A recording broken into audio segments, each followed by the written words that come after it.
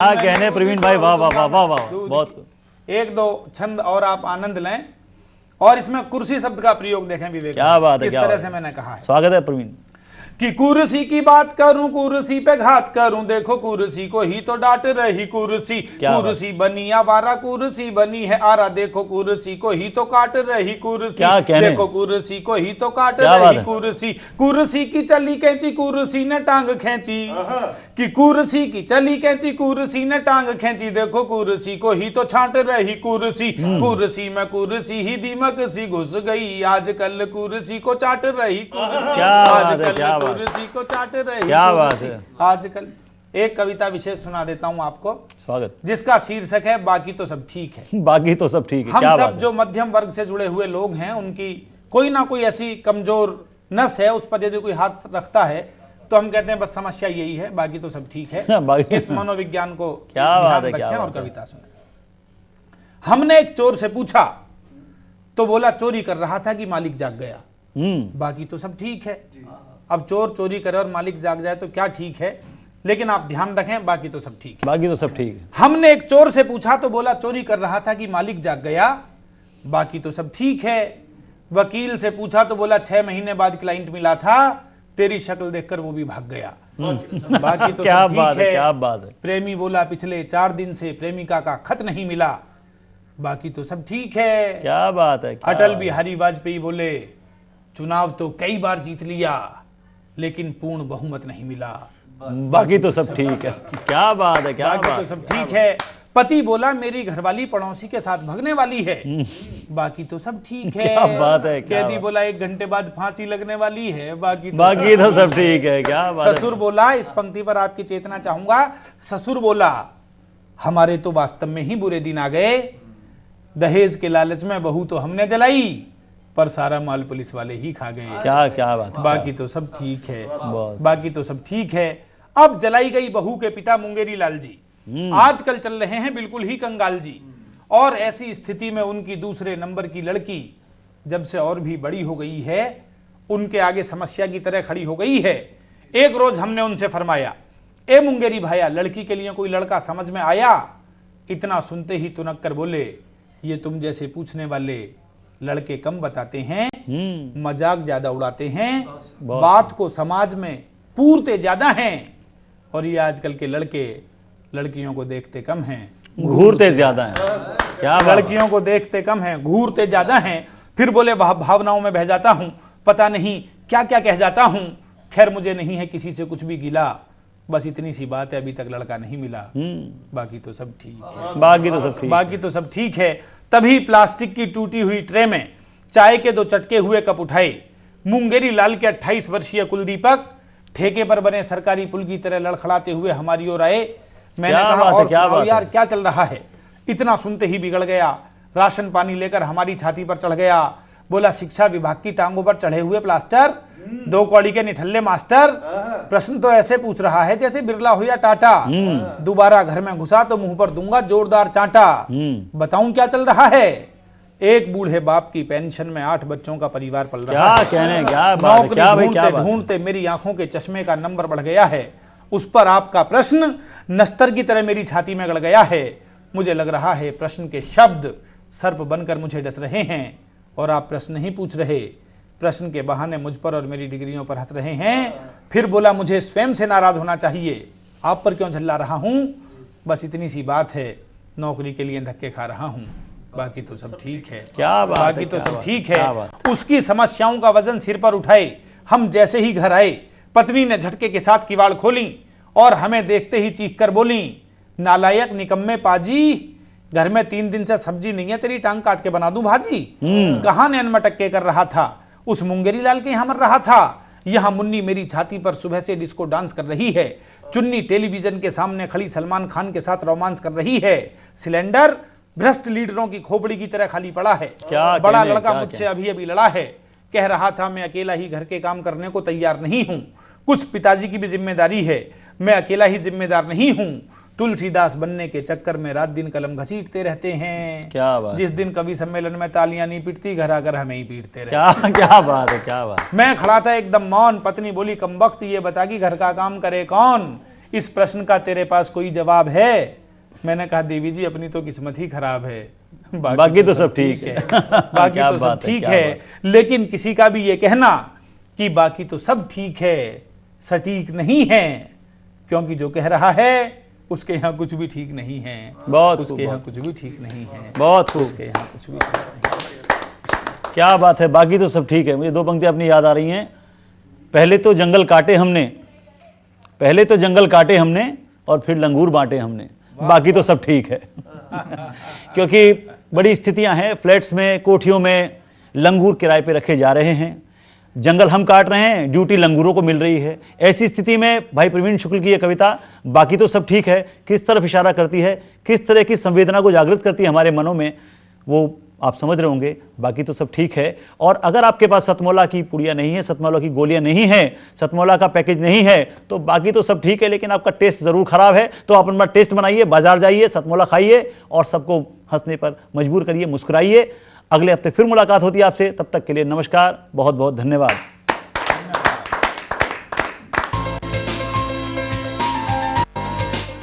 संसद की सुरक्षा हेतु जिनने प्राण वार दिए, उन बलिदानियों को कोटि से प्रणाम है। तुम भी तो यार निकले हो कैसे कमाल के, बोतल को खाली लेके चले हो संभाल के। क्या कहने, क्या कहने। खाट पे पड़े हुए मरीज ने कहा कि मुझे जीवन बचाने वाली डोज लगती है। क्या तुम कहने, जीवन क्या कहने, बचाने क्या वाली कहने, डोज क्या कहने। लगती हो तुम। माली बोला बार बार सूंघने को मन, और इस दलदल को मिला यहाँ पर किसका संबल है? क्या बात। और संविधान की गीली खट्टी मीठी जिंदगी में खट्टे मीठे रंग, सतमोला कच्चे आम के संग। कुछ करना जब छाए इसका जादू, हर दिल गुनगुनाए। हाँ सबको लगता प्यारा, सतमोला कच्चे आम का चटकारा। सतमोला कच्चा आम, सबको लगे प्यारा कच्चे आम का चटकारा। जितना जी में आए खा, बस खाते ही खाते जाओ। भिंडी की क्या बात है जब सतमोला साथ है। टेस्ट है इसका सबसे निराला, हर दिल पर जादू कर डाला। स्वाद स्वाद पे छुपकर खाया सतमोला ने खूब बचाया। हमेशा डरता है क्या सतमोला? आम खाएगा? आम और यहाँ पर सतमोला मैंगो है ना?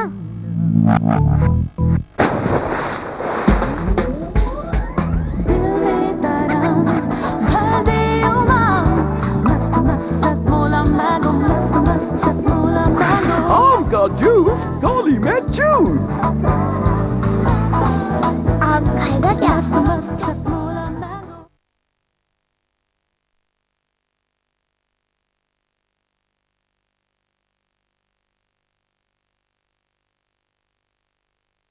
इस कार्यक्रम के प्रायोजक हैं सतमोला खट्टे आम का चटकारा।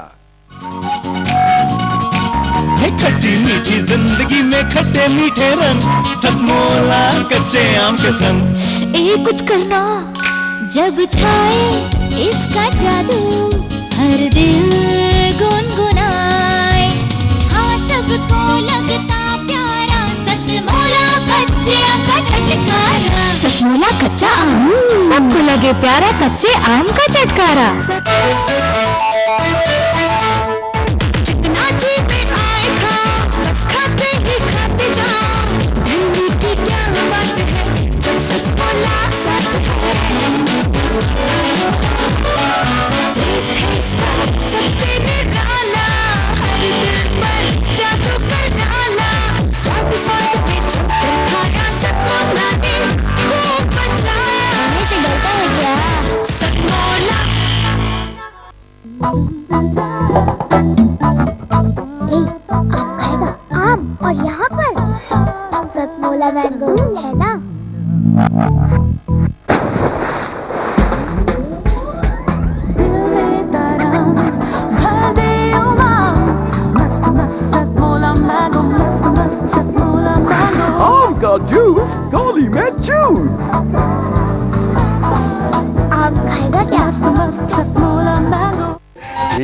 प्यार का नगमा है, मौजों की रवानी है। आए ऋतुराज तो बिसार सब काज, कोई मीठी मीठी धुन गुनगुनाने लगी धरती। हंसा के जड़वत जीवन को चेतन चाटा बदल गया। बात है दादा।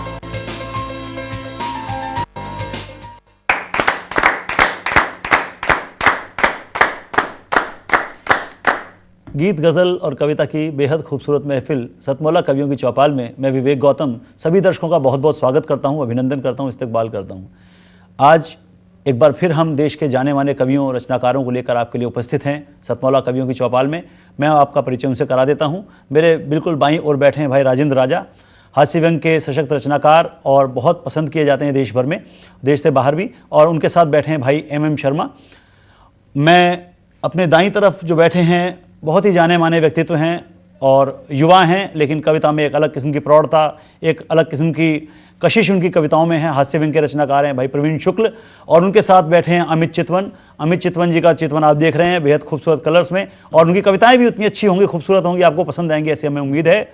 और अब मैं लिए चलता हूँ आपको सबसे पहले एम शर्मा जी की तरफ, उनकी कविताओं के साथ उनकी जो भी वो सुनाना चाहे आपको पसंद आएगा। जोरदार तालियां आप उनके लिए बजा दें। एम शर्मा। मैं एक छंद आपको प्रस्तुत कर रहा हूं। स्वागत। अभी कुछ समय पूर्व अपनी संसद पर हमला हुआ, तो उस हमले में कुछ लोग शहीद हुए और उन्होंने संसद की सुरक्षा की। हाँ, तो पर मैंने एक छंद लिखा, बहुत स्वागत। कि संसद की सुरक्षा हेतु जिनने प्राण वार दिए, संसद की सुरक्षा हेतु जिनने प्राण वार दिए, उन बलिदानियों को कोटि से प्रणाम है। उन बलिदानियों को कोटि से प्रणाम है। उनके बीबी बच्चे बहन भाई और माता पिता, उनके बीबी बच्चे बहन भाई और माता पिता हैं पात्र धन्यवाद के, उन्हें भी राम राम है। बहुत अच्छा। उनके बीबी बच्चे बहन भाई और माता पिता हैं पात्र धन्यवाद के, उन्हें भी राम राम है। हिंदू मुस्लिम ईसाई सिख चाहे वह पारसी हो, हिंदू मुस्लिम ईसाई सिख चाहे वह पारसी हो, है दिल से अदाब अर्ज झुक झुक के सलाम है। और संसद की सुरक्षा हेतु जिनने प्राण वार दिए, उन बलिदानियों को कोटि से प्रणाम है। बहुत।